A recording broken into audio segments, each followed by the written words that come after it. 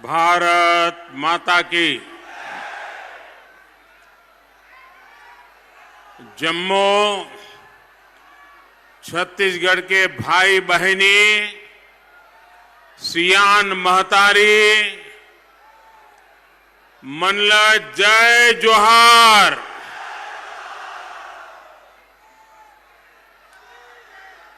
माता खल्लारी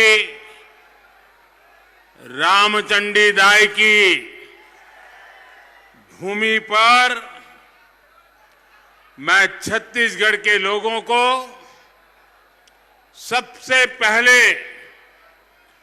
बहुत बहुत बधाई देना चाहता हूं। बधाई इसलिए कि 7 नवंबर को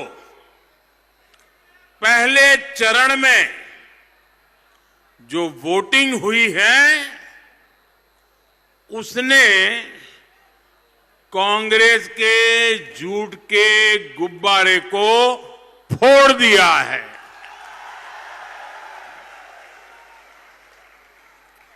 आज पूरा छत्तीसगढ़ एक ही स्वर में कह रहा है, भाजपा आवत है। भाजपा भाजपा भाजपा और दमदार तरीके से आवत है। 7 तारीख और 17 तारीख मिलकर यहां के कांग्रेस के 30% वाले कक्का का सरकार से जाना पक्का कर रही है।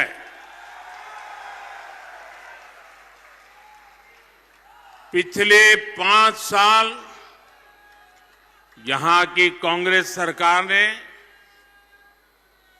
आपके भले का हर काम रोका है। कांग्रेस का एकमात्र लक्ष्य है, छत्तीसगढ़ को लूटो, अपनी तिजोरी भरो। जब छत्तीसगढ़ को लूटने वाली कांग्रेस सरकार यहां से जाएगी, जब छत्तीसगढ़ का विकास करने वाली भाजपा सरकार यहां आएगी, तब छत्तीसगढ़ विकास की उस ऊंचाई पर पहुंचेगा जिसका छत्तीसगढ़ हकदार है। मेरे परिवारजनों, कांग्रेस किस तरह आपको धोखा देती है, इसका सबसे बड़ा उदाहरण गरीब को घर देने वाली जो योजना है वो सबसे बड़ा उदाहरण है। गरीब का सबसे बड़ा सपना होता है, हर परिवार का सपना होता है कि उसका अपना घर हो और पक्का घर हो। कच्चे आवास में सबसे अधिक जो आबादी रहती है वो हम जैसे ओबीसी, दलित और आदिवासी परिवारों की है। इसलिए जब मैं 2014 में प्रधानमंत्री बना, मैंने तय किया कि देश में अब कोई गरीब झुग्गी झोपड़ी में, फुटपाथ पर, कच्चे घर में जिंदगी नहीं गुजारेगा। पिछले 10 साल में भाजपा सरकार ने देश में 4 करोड़ पक्के घर बनाकर गरीबों को दिए हैं। 4 करोड़। कितने घर? कितने घर, कितने घर, ये आंकड़ा बहुत बड़ा है। छत्तीसगढ़ में भी जब तक भाजपा सरकार थी एक काम बराबर चलता था। दिल्ली से जो हम तय करके बताते थे सब लागू होता था। और मुझे खुशी है क्योंकि मैं तो छत्तीसगढ़ से लंबे समय से जुड़ा हुआ हूं। यहां मैंने संगठन में काम किया है। यहां की कोई गली मोहल्ला नहीं है जहां मैं गया नहीं, और इसलिए मैं यहां को भली भांति जानता था। तो मेरे मन में रहता था कि जिस छत्तीसगढ़ में मैंने इतने दिन बिताए हैं, इतने गांवों में गया हूं, इतने परिवारों से के बीच रहा हूं, मुझे इस छत्तीसगढ़ के लिए कुछ करना चाहिए। ये मेरा बड़ा उमंग था। और तब भाजपा की सरकार थी तो मेरी बात आगे बढ़ गई और 10 लाख से अधिक आवास बनाए थे उस समय जब भाजपा सरकार थी। 10 लाख।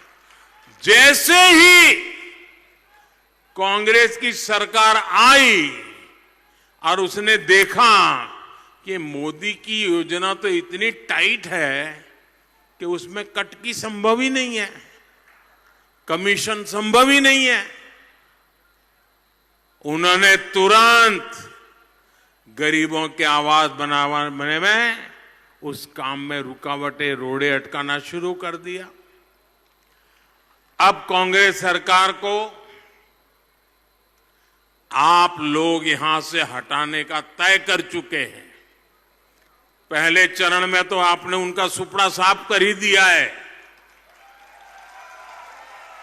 और मुझे व्यक्तिगत रूप से संतोष इस बात का है कि जैसे ही भाजपा सरकार बनेगी, मुझे यहां गरीबों को पक्के घर देने का काम तेजी से आगे बढ़ाने का, एक पुण्य काम करने का अवसर मिलेगा। मुझे बताइए, अगर कोई गरीब हमारे पास आए, एक रोटी भी खिला दे तो पुण्य मिलता है कि नहीं मिलता है?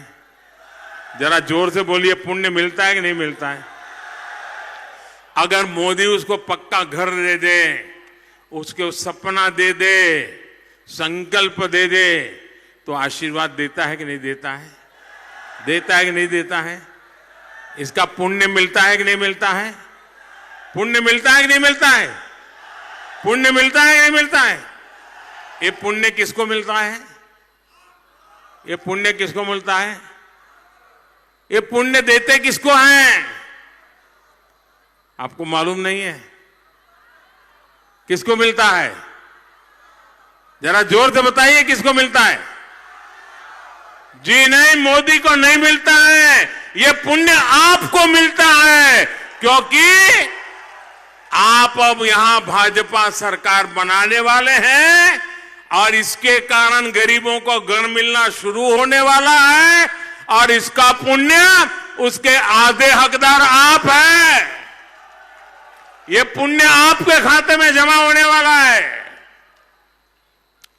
यहां के 18 लाख गरीबों के पक्के आवास देने का हमने संकल्प कर लिया है और उसके लिए धन भी पक्का निकाल दिया है कि वे पक्का धन इनके लिए।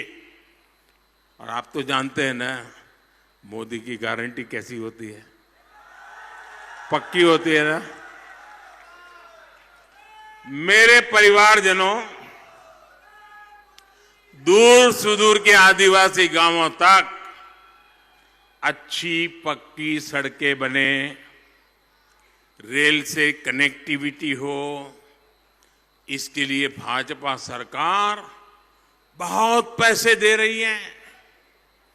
कांग्रेस ने अपने 10 वर्ष में छत्तीसगढ़ के गांव की सड़कों के लिए जितना पैसा दिया था, जब रिमोट वाली सरकार थी ना दिल्ली में,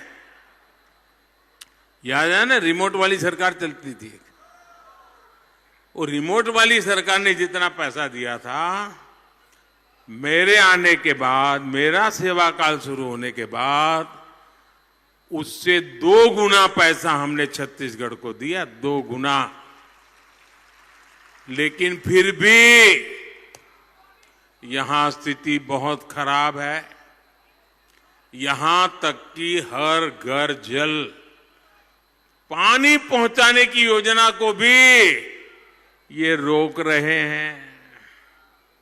जब तक पैसे निकालने का पाइपलाइन न मिले, ये काम करने को तैयार नहीं है जी। ये छत्तीसगढ़ की हर माता बहन के साथ बहुत बड़ा धोखा है। इसलिए छत्तीसगढ़ की माताएं बहनें कह रही है, एक स्वर से कह रही है, औ नहीं सहिबो, औ नहीं सहिबो, औ नहीं सहिबो, औ नहीं सहिबो, औ नहीं सहिबो। बदल के मेरे परिवारजनों, मैं आज छत्तीसगढ़ के आप लोगों का एक और बात के लिए धन्यवाद भी करना चाहता हूं। आपने यहां कांग्रेस की तो हार तो पक्की की है, मुझे पूरा भरोसा है।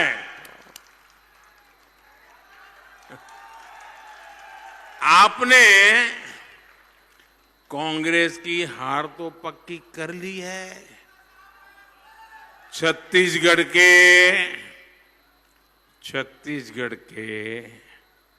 30% वाले कक्का भी, करारी हार भी आप पक्की मान लीजिए।